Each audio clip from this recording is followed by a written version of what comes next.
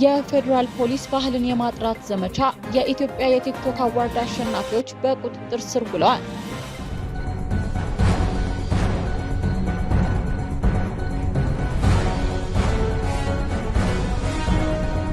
ጤና ይስጥልኝ ክቡራንና ክቡራት የዩቲዩብ ቻናል ቤተሰቦቻችን፣ የሰዓቱን አጫጭር የሀገር ውስጥና የውጭ ዜናዎች ይዤላችሁ መጥቻለሁ። ትኩስ መረጃዎች በየቀኑ እንደተለቀቁ ማስታወሻ ምልክት እንዲደርሳችሁ የዩቲዩብ ቻናላችንን ሰብስክራይብ በማድረግ የደውል ምልክቷን መጫን አይዘንጉ። ወደ መረጃዎቹ እናልፋለን።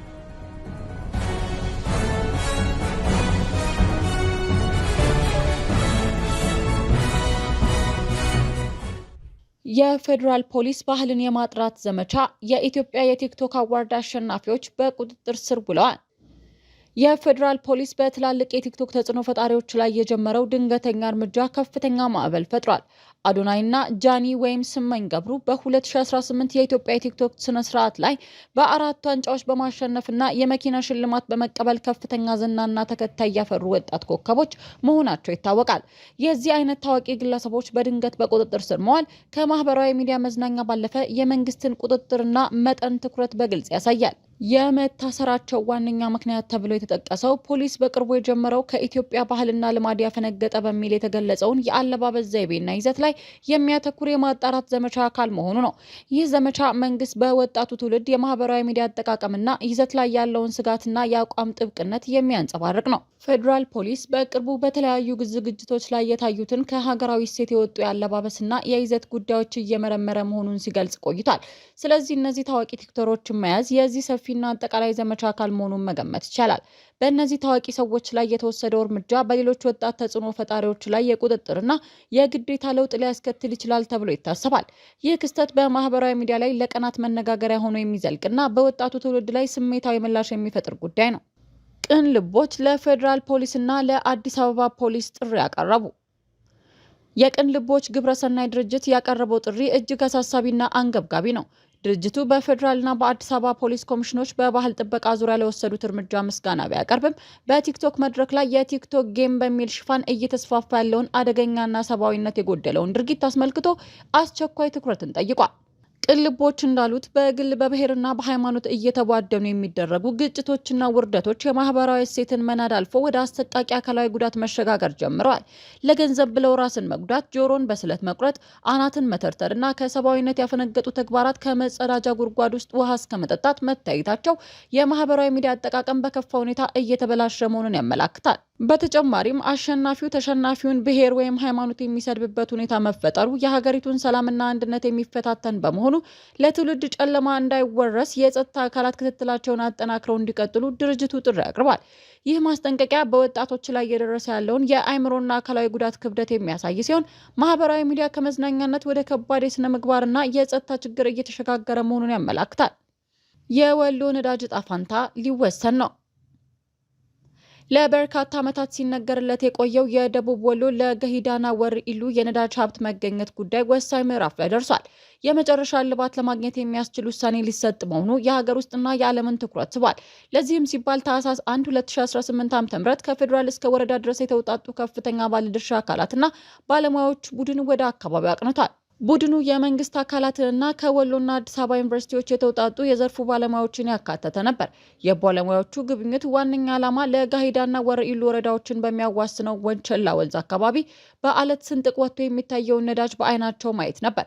ከዚህ የሚታየው ፈሳሽ ናሙና የተወሰደ ሲሆን ቀደም ሲል በ2005 ከፍተኛ ክምችት እንደሚገኝ አመላክቶ የነበረውን ጎራና ትምህርት ቤት አካባቢን ደግሞ በጂፒኤስ የመረጃ ምዝገባ ተካሂዷል። ይህ የሚያሳየው መንግስት የነዳጅ ሀብቱን መኖርና መጠን በሳይንሳዊ መንገድ ለማረጋገጥ ቁርጠኛ መሆኑን ነው። የአካባቢው ነዋሪዎችና አገር ሽማግሌዎች የሰጡት ማብራሪያ ለቡድኑ ጠቃሚ መረጃ ያቀረበ ሲሆን ሞቅ ያለ አቀባበል ማድረጋቸውም የሀብቱ መገኘት አካባቢያዊ ተስፋ ምን ያህል ትልቅ እንደሆነ ያሳያል። ባለሙያዎቹ መንግስት ለማዕድን ዘርፍ ልዩ ትኩረት እንደሚሰጥ በመግለጽ የተገኘው የተፈጥሮ ሀብት ለሀገር ልማት እንዲውል በቅርበት ክትትል እንዲደረግበት ማረጋገጣቸው የሀብቱ አጠቃቀምና ዕጣ ፈንታ ምን ሊሆን እንደሚችል ያለውን ተስፋ ከፍ ያደርገዋል። ሁሉም የባንክ ሂሳቦች ከፋይዳ ዲጂታል መታወቂያ ጋር እንዲተሳሰሩ ትዕዛዝ ወጣ። የኢትዮጵያ ብሔራዊ ባንክ ከብሔራዊ መታወቂያ ፕሮግራም ጋር በመተባበር የባንክ ሂሳቦችን ከፋይዳ ዲጂታል መታወቂያ ጋር የማጣጣም ስራ በይፋ ማስጀመሩ በሀገሪቱ የፋይናንስ ስርዓት ውስጥ ትልቅ አብዮት የሚያመጣ እርምጃ ነው። የሁሉም ባንክ ደንበኞች ሂሳብ እስከ መጋቢት 30 ቀን 2018 ዓ.ም ድረስ ከፋይዳ ዲጂታል መታወቂያ ጋር እንዲተሳሰር መወሰኑ አስገዳጅ ነው። ይህ ማለት ከዚህ ቀን በኋላ የፋይዳ መታወቂያ የሌለው ሰው የባንክ አገልግሎት ለመጠቀም ሊቸገር ወይም ላይችል ይችላል ማለት ነው። ከዚህ በተጨማሪ ፋይዳ መታወቂያ የሌላቸው ደንበኞች ቅድሚያ በአቅራቢያቸው በሚገኝ የፋይዳ ምዝገባ ጣቢያ መመዝገብ ግዴታ መሆኑ የዲጂታል መታወቂያው ለዜጎች የግዴታ አገልግሎት መሆኑን ያሳያል። የብሔራዊ ባንክ ዓላማዎች የማንነት ስርቆትን መከላከል፣ የደንበኞችን ደህንነት መጠበቅና በአንድ መታወቂያ ብዙ ሂሳቦችን ማስተዳደርን ቀላል ማድረግ ነው። ይህ አሰራር የፋይናንስ ስርዓቱን ይበልጥ ደህንነቱን የጠበቀና ቀልጣፋ ያደርገዋል ተብሎ ይታሰባል።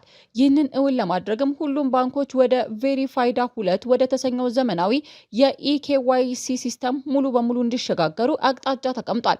ይህም ለባንኮች ትልቅ የቴክኖሎጂ ሽግግር ጥሪ ነው። ኢትዮጵያና ናይጄሪያ በግዙፉ የጋዝ ባቡር መስመር ሊገናኙ ነው።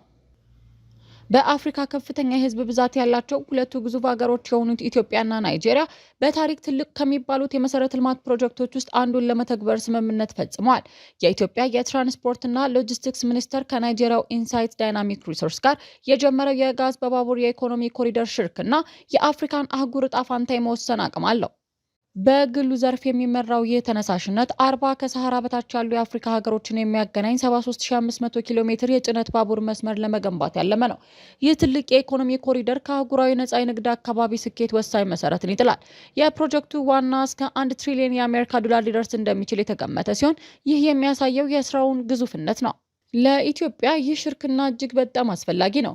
ሚኒስትር ዴኤታ ባሪዮ ሀሰን እንዳሉት ኢትዮጵያ ከክልላዊ ወደቦች ጋር ሊገናኙ የሚችሉ 5000 ኪሎ ሜትር የተነደፉ የባቡር መስመሮች ቢኖሯትም በአገልግሎት ላይ ያለው 902 ኪሎ ሜትር ብቻ ነው።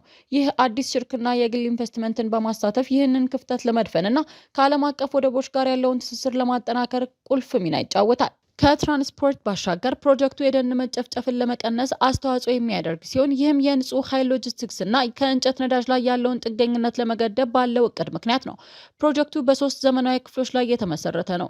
የባቡር ማምረቻን የሚያስችል አረንጓዴ ብረት ኮምፕሌክስ፣ የአንድ አፍሪካ ኔትወርክ ለመፍጠር ብሎቼክን ላይ የተመሰረተ የዲጂታል ስርዓትና የኤፍኤልኤክስ ድራይቭ ባትሪ ኤሌክትሪክ ሎኮሞቲቭን ያካተተ ንጹህ ኃይል አቅርቦት እቅድ። ይህ የአፍሪካ ውስጥ የቴክኖሎጂን ኢኮኖሚንና የኃይል ተግዳሮቶችን ለመፍታት የተወሰደ ታሪካዊ እርምጃ ነው። አዲስ የውጊያ ግንባር። ኢትዮጵያ ለሱዳን ፈጥኖ ደራሽ ኃይል ስልጠና ሰጥታለች የሚል ከባድ ክስ ቀረበ። የሱዳን ጦር ሰራዊት ባቀረበው ከባድ ክስ ኢትዮጵያ የሱዳን ፈጥኖ ደራሽ ኃይል በምስራቃዊ ሱዳን በብሉ ናይል ግዛት ላይ ጥቃት ለመሰንዘር እንዲችል በድንበር አካባቢ የማሰልጠኛ ካምፕ ፈቅዳለች ተብሏል። ይህ ክስ በሁለቱ ጎረቤት ሀገሮች መካከል ያለውን ቀድሞውንም የሻከረ ግንኙነት ይበልጥ ሊያባብሰው የሚችል አሳሳቢ ጉዳይ ነው። ክሱን ተከትሎም የሱዳን ጦር ሰራዊት በምስራቃዊ ሱዳን ከኢትዮጵያ ድንበር አቅራቢያ አዲስ ወታደራዊ ግንባር ለመክፈት እየተዘጋጀ መሆኑ ተዘግቧል። የሱዳን ወታደራዊ ባለስልጣናት ኢትዮጵያ የአርኤስኤፍን ከሚደግፉ ሌሎች ሀገራት ጋር በመተባበር ወታደራዊ ትብብር እንደምታደርግ ይከሳሉ።